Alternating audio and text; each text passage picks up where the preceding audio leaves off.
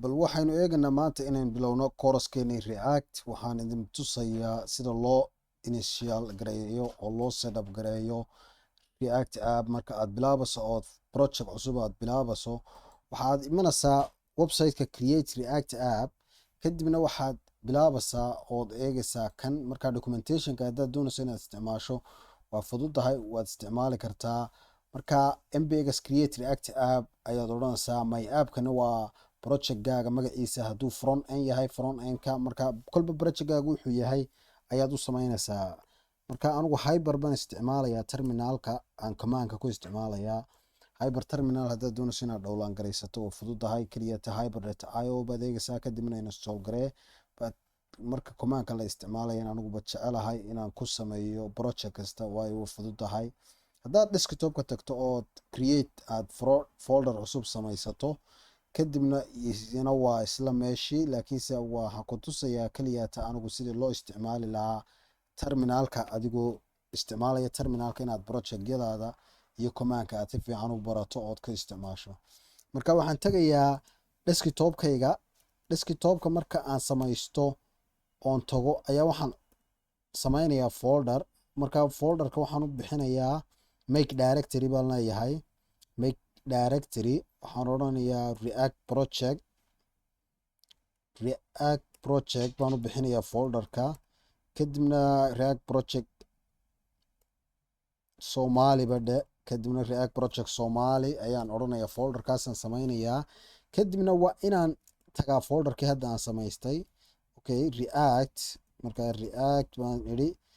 okay react baan qoray, c baan halkaa ka tegay, laakiinse waa react project somali, waad fahmi kartaa waxaan uga jeedo. kadibna isaga ayaa waxaan ku furayaa, haddaad doonto codeka waxaad ku furaysaa visual studio codeka. waayo visual studio codeka wuxuu leeyahay terminal, isaga waad eegi kartaa oo waad ku samayn kartaa, laakiinse isla halkan aynu ku sameynaynaa mpx create react app baan idhi, react app. kadibna waxaan u sameynayaa let's say first project in react. okay first project in react baan idhi. kadibna ritaankeyga aan ku dhuftay ama enter si aad u taqaano. kadibna wuxuu setup garaynayaa oo initial garaynayaa project-gayga ayuu bilaabayaa, kadib saasuu u sameynayaa. marka insha allah bal wayn suganaa waxa uu sameeya. hadda in yar bayn suganaa, marka ilaa minutes baa laga yaabaa inuu qaato uu dhammaystirmo. redkaaga xawaarihiisa sida ayay ku xidhan tahay. marka markuu dhammaystirayn arkanaa, aanu yara sugno guys, in yar buu qaataa.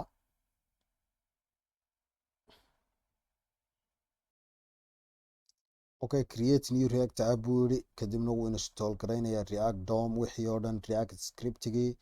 kadib isaga package-yadii iyo wixii ku daray node moduleski.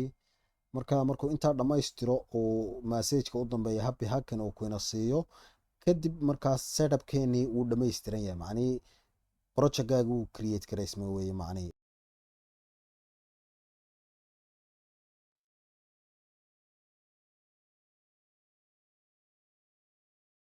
wuu dhammaaday hadda already, waxaasoo dhan ayuu dhowlaan gareeyey, package-yadaasoo ku daray. kadibna happy hacking haddaad aragto waa successful, wuu ku dhammaaday. kadibna wuxuu ku leeyahy cd, kadibna first project, kadibna waxaad tagtaa fileka, kadibna npm start buu ku leeyahay. marka waa markaad code waxaad ku furanaa visual studio codeka. code dot baan leeyahay markaad doonayso inaad visual studio-ka ku furto. haddaad atom isticmaashana atom dot baad leedahay, laakiin visual studio code baan isticmaalanaa. marka visual studio codeka lagu furaa, isaga ayaa fiican, badanaa ku fiican wixii codina. marka visual studio codekii baan ku furnay hadda, bal wayn arkanaa faylasha wina siiyo. let's see guys. okay waa kan project-geenii already wuxuu iska wataa faylal ayuu ina siinayaa, index.css, index.js, app.js, waxaan oo dhan buu ina siinayaa. marka kadib markaad saataa waa inaad npm start tiraad. terminalkan hadda visual studio codekan isticmaalanaa.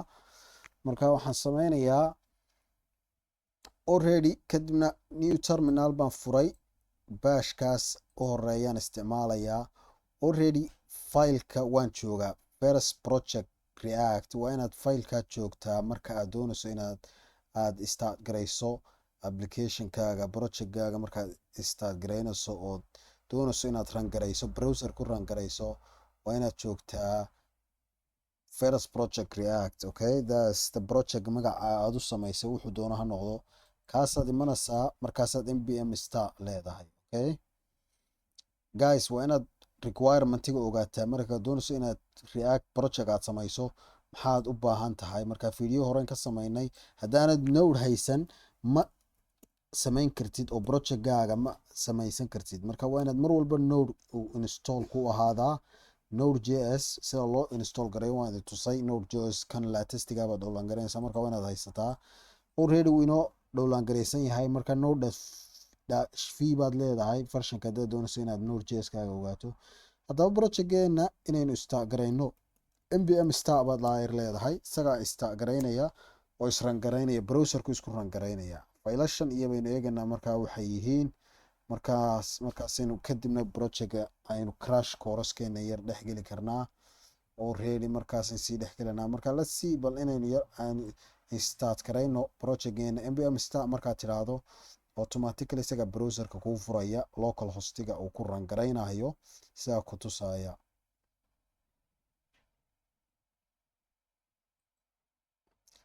okay si marka react project Somali baan taaganahay waa inaan first project istaagaa guys si errorka uu tusay maaragtaa waa inaan first project aan cd idhaahdaa kadibna folderkaaga magaciisa waa inaad tagtaa kadibna markaasaad npm start leedahay.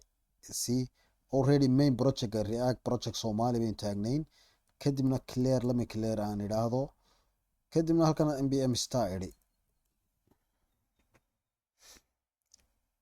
si guys waa inaad mar walba fileka aad doonayso projectgaagu uu kuugu jiro hadduu front end yahay hadduu magacaad u bixisay already marka waa front end keliyaata waxbaa kana ma jiro waa react keliyaata marka waa inaad folderka aad taagnaato markaad install gareynayso aad appkaaga start gareynayso. okay projectgaaga markaad start leedahay waa inaad fileka joogtaa.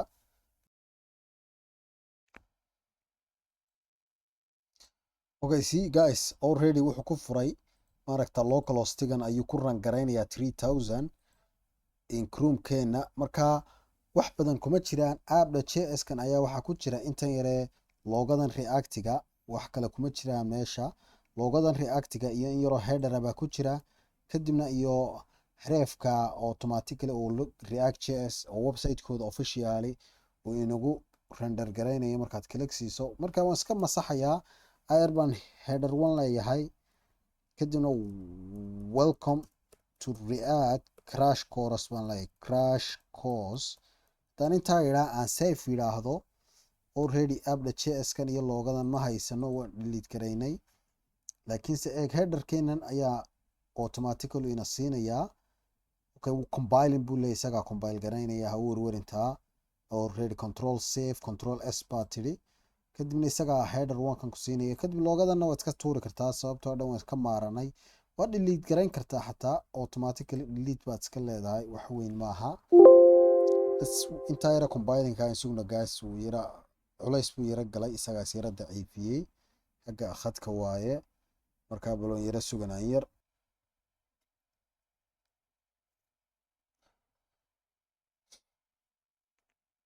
okay compiled buu yidhi see welcome to react crash course baan idhi halkan already headerkaasaynu dhiganay wax halaale wax badan faylashan uma baahnid react setupkan waad iska delete gareyn kartaa wax halaale waxaad uga baahantay ma jirto kan delete baad leedahay move to trash index css kan already css isagu ina siiyey waad iska masixi kartaa wax weyn maaha oo markaad masaxdaad control save tidhaahdo sida stylekuu isbedelaya guys waayo already css keliya ayuuna siiyey hadda marka haddaad already balag uu isbedelay marka wuu yaraaday laakiin still halkan app.css kana waxaad ku haysataa xoogaa css control a haddaan idhaahdo aan iska masaxo aan haddana control s yidhaa aan save gareeyo play already corner kuu tegayaa headerkeeni halkan automatically.